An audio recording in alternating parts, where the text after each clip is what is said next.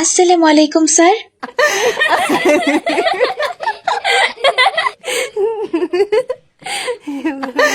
এ কি, ক্লাসের সবাই হাসছে কেন?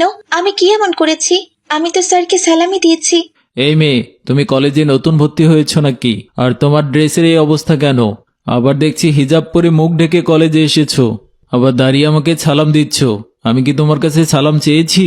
কি বলছেন স্যার? আমি সালাম দিয়ে কি ভুল করলাম?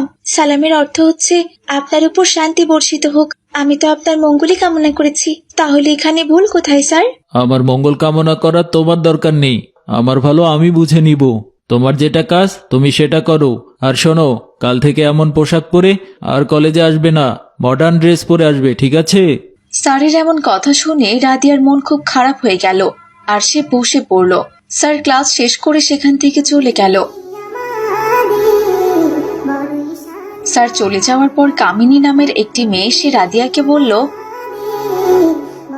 Hello, my name is Kamini. What is your name? আমার নাম রাদিয়া। তোমার নামটা কিন্তু সুন্দর রাদিয়া, তবে তুমি এত খ্যাত কেন? তোমাকে দেখে তো ভদ্র ঘরের মেয়েই মনে হচ্ছে। তাহলে নিজের চেহারাটা এমন বোরকার মধ্যে আবৃত করে রেখেছো কেন? তুমি কলেজে পড়ো, এখন তো একটু নিজের স্বাধীনতা থাকা দরকার। খুলে ফেলো বোরকা। কাল থেকে স্যার যেমনটা বলেছে সেভাবেই কলেজে আসবে, কেমন? আর তা না হলে সবাই তোমাকে দেখে হাসাহাসি করবে, তখন তোমার ভালো লাগবে না। তাই তোমাকে সাবধান করে দিলাম। এই তুমি কি বলছো বোন? পর্দা করা তো ফরজ কাজ। আমি আল্লাহর ফরজ বিধান অমান্য করতে পারবো না। প্রয়োজনে আমি কলেজ পড়াই ছেড়ে দিব, তবু আমি পর্দা করা ছাড়তে পারবো না। পর্দা করা ছেড়ে দিলে নারীর কোনো দাম থাকে না, তখন সেই নারীর অনেক বড় ক্ষতি হয়ে যায়। তোমাকে আমার বলার ছিল বললাম, এখন তুমি যেটা ভালো মনে করবে সেটাই করো। তবে আমরা যে পর্দা করছি না, কই আমাদের তো কোনো ক্ষতি হচ্ছে না। ক্ষতি হবে বোন, দেখবে একদিন তোমাদের খুব বড় ক্ষতি হয়ে যাবে। আল্লাহর বিধান অমান্য করলে আল্লাহ সহজে শাস্তি দিতে চান না, কারণ আল্লাহ তার বান্দাকে ভালো হওয়ার সুযোগ দেন, তওবা করার সুযোগ দেন। তবে তারপরেও সেই বান্দা তার রাস্তায় না এলে তবে তিনি শাস্তির ব্যবস্থা করেন। তুমি দেখে নিও, কোনোদিন আমার ক্ষতি হবে না, আমি তোমাকে চ্যালেঞ্জ করলাম।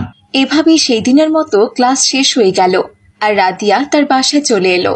বাসায় এসে তার আব্বুকে বলল, আব্বু, আপনি আমাকে কোন কলেজে ভর্তি করিয়ে দিলেন? কলেজের স্যার তো আমাকে বোরখা পরে যেতে মানা করে দিয়েছে।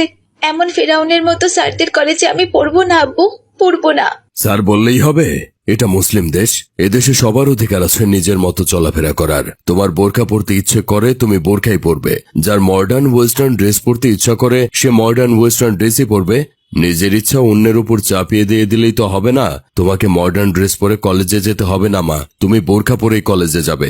এরপরেও যদি বোরকা পরে কলেজে যেতে না দেয় তাহলে কলেজে যাওয়ারই দরকার নেই, তুমি বাসাতেই পড়বে। তবে হাল ছাড়া যাবে না মা, আল্লাহর রাস্তায় চললে এমন ছোটখাটো বিপদ আসবেই, আর সব বিপদ থেকে আল্লাহই আমাদের সাহায্য করবে। এভাবে রাদিয়া প্রতিদিন বোরখা পরেই কলেজে যেত। এ নিয়ে কলেজের স্যাররা অনেক কথা বলেছে, কিন্তু রাদিয়া কারো কোনো কথায় পাত্তা দেয়নি। সে তার সিদ্ধান্তে অটল ছিল। একদিন কামিনী আর রাদিয়া হেঁটে হেঁটে বাড়ি যাচ্ছিল। তখন রাস্তা দিয়ে একটা দুষ্টু ছেলে ওদের পেছন পেছন যাচ্ছে আর গান গাচ্ছে। চুমকি চলেছে একা পথে, সঙ্গী হলে দোষ কি তাতে, রাগ করো না সুন্দরী গো, রাগলে তোমায় লাগে আরো ভালো। এই চুমকি চলেছে একা পথে, সঙ্গী হলে দোষ কি তাতে। কি ব্যাপার? কে আপনি? আমাদের পেছন পেছন এরকম গান গাইতে গাইতে আসছেন কেন? আপনার কি পারিবারিক শিক্ষার অভাব আছে নাকি? হ্যাঁ, এই গাইয়া মেয়েটা কি বলে এসব? আমি কি তোর পেছনে পেছনে গান গাইতে গাইতে যাচ্ছি? ক্ষেত মেয়ে কোথাকার, বোরকা পরে নিজেকে একদম ভূতনি বানিয়ে রেখেছে। আমি তোর পেছনে যাচ্ছি না, আমি তো যাচ্ছি ওই সুন্দরী ললনার পেছনে। দেখ ওকে, কি সুন্দর একটা মেয়ে, ওকে দেখেই আমার মনের মধ্যে প্রেমের ঘন্টি বেজে গেছে। সুন্দরী, এই নাও গোলাপ, আমি তোমাকে ভালোবাসি, আই লাভ ইউ। কি, তোর এত বড় সাহস, তুই আমাকে ফুল দিচ্ছিস? এই কথা বলে কামিনী ফুলটা নিয়ে দূরে ছিটকে ফেলে দিল, আর ওই বখাটে ছেলেটার গালে একটা চর বসিয়ে দিল, আর সেখান থেকে চলে গেল। ওই মেয়ের এত বড় সাহস আমাকে চর মারে, এর জন্য ওকে চরম মূল্য দিতে হবে। কালকেই আমি আমার এই থাপ্পড়ের প্রতিশোধ নেব। এভাবে সেই দিনটি কেটে গেল। পরদিন কামিনী যখন কলেজে যাওয়ার উদ্দেশ্যে রওনা দেয়, তখন সেই বখাটে ছেলেটা একটা অ্যাসিডের বোতল নিয়ে দাঁড়িয়েছিল। কামিনী সেখানে আসতেই অ্যাসিডের বোতল খুলে কামিনীর দিকে ছুঁড়ে মারল, কিন্তু অ্যাসিডে তার পুরো শরীরই ঝলসে গেছে। তাকে আর কোনোভাবেই বাঁচানো গেল না। কামিনী ছটফট করতে করতে সেখানেই মারা গেল। কামিনী মারা যাওয়ার পর কল্যাণপুর মহিলা কলেজে সুখের ছায়া নেমে এলো।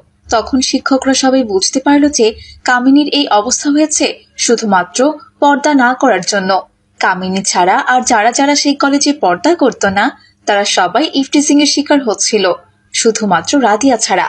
এরপর শিক্ষকরা সবাই মিলে সিদ্ধান্ত নিল যে এখন থেকে এই মহিলা কলেজে সবাই বাধ্যতামূলক পর্দা করে আসবে।